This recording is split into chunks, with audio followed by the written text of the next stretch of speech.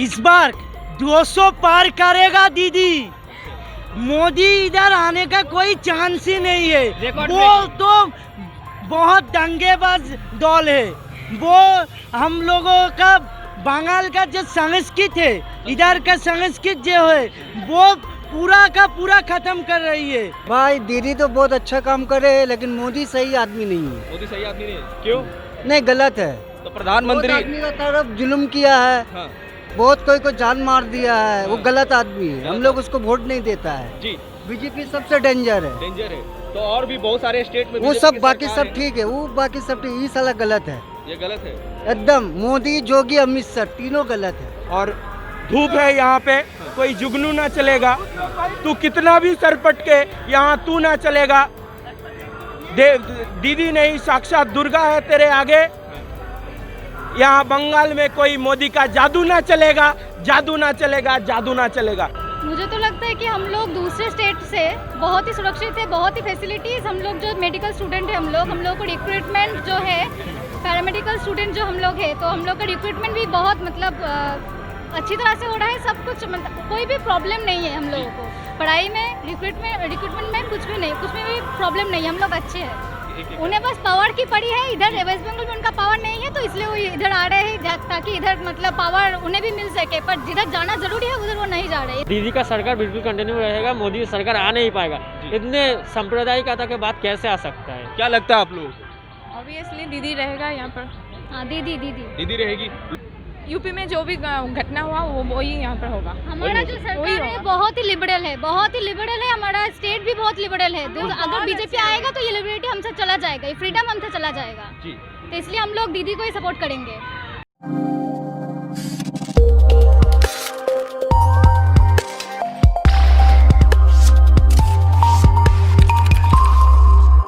दुनिया के सबसे यंगेस्ट कंट्री के सबसे यंगेस्ट न्यूज़ चैनल यंगिस्तान में आप सबका स्वागत है।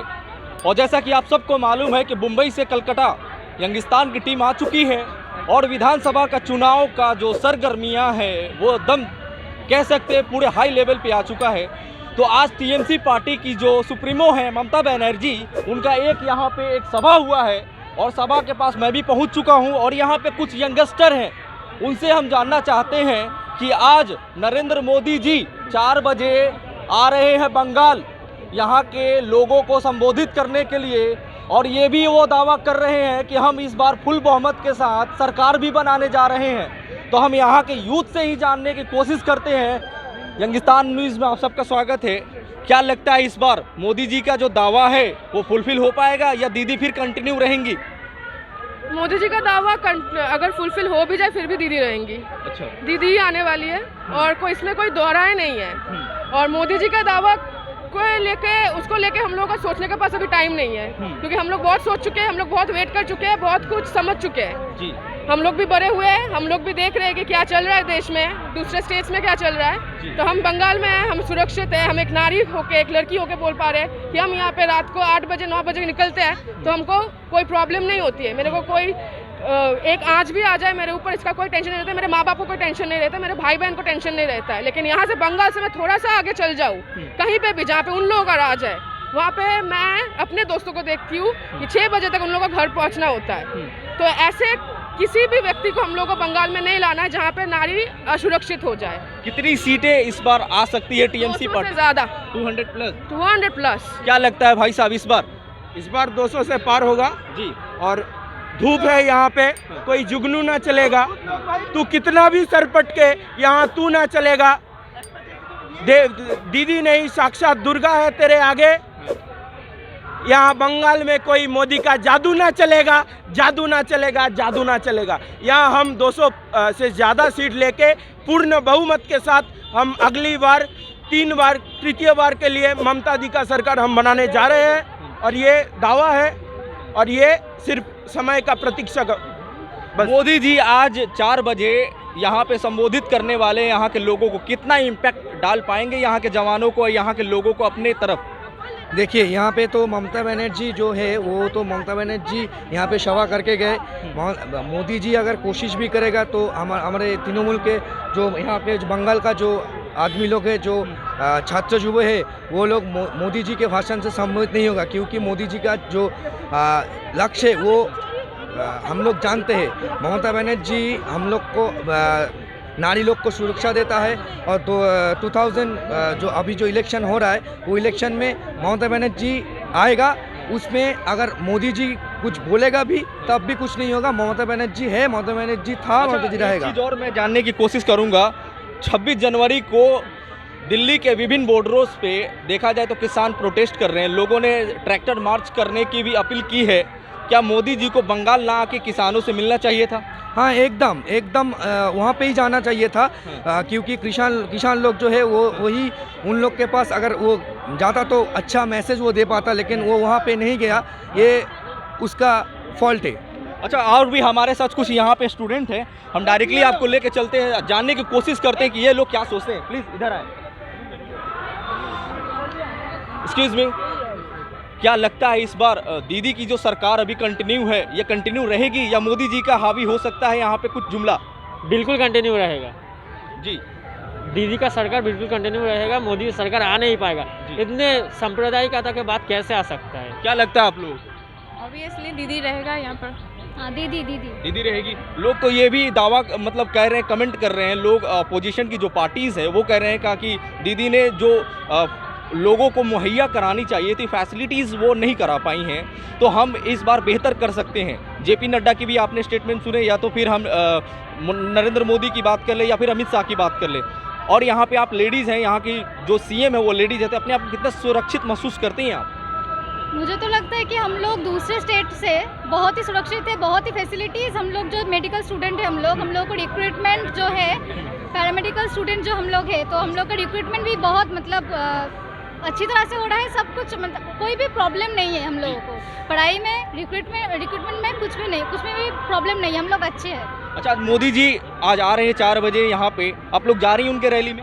नहीं, उसके रैली में जाने का कोई बात ही नहीं है। हम लोग दीदी का रैली में है, हम सुबह से है उसके रैली में रहेंगे। हम लोग हर बार दीदी के साथ थे, है और रहेंगे भी। एक चीज़ और मुझे जानना है, आप लोग स्टूडेंट हैं, खाना आप लोग भी खाते हैं, मोदी जी भी खाना खाते हैं, हमारे देश के जो अन्नदाता हैं वो दिल्ली के बॉर्डर्स पे तकरीबन 2 महीने से डटे हुए हैं, और मोदी जी आज यहाँ आ रहे हैं। क्या ज़रूरत था अभी, मतलब देखा जाए तो क्या मैंडेटरी है, क्या नीड सी अभी वहाँ मोदी जी? टाइम वेस्ट, पूरा टाइम वेस्ट, क्योंकि उतने सालों से उतने दिनों से कृषक वहाँ पे है, उसका कोई समाधान नहीं, वो यहाँ पे आ रहा है, क्यों है? समाधान तो नहीं है। हर बार सांप्रदायिकता के बाद जो मर्जी है वो ही कर रही है। उन्हें बस पावर की पड़ी है, इधर वेस्ट बंगाल में उनका पावर नहीं है, तो इसलिए वो इधर आ रहे हैं ताकि इधर मतलब पावर उन्हें भी मिल सके, पर जिधर जाना जरूरी है उधर वो नहीं जा रहे। इससे क्यों नहीं जा रहे हैं? उन्हें कोई मतलब उधर कुछ नेसेसिटी नहीं लग रहा उन।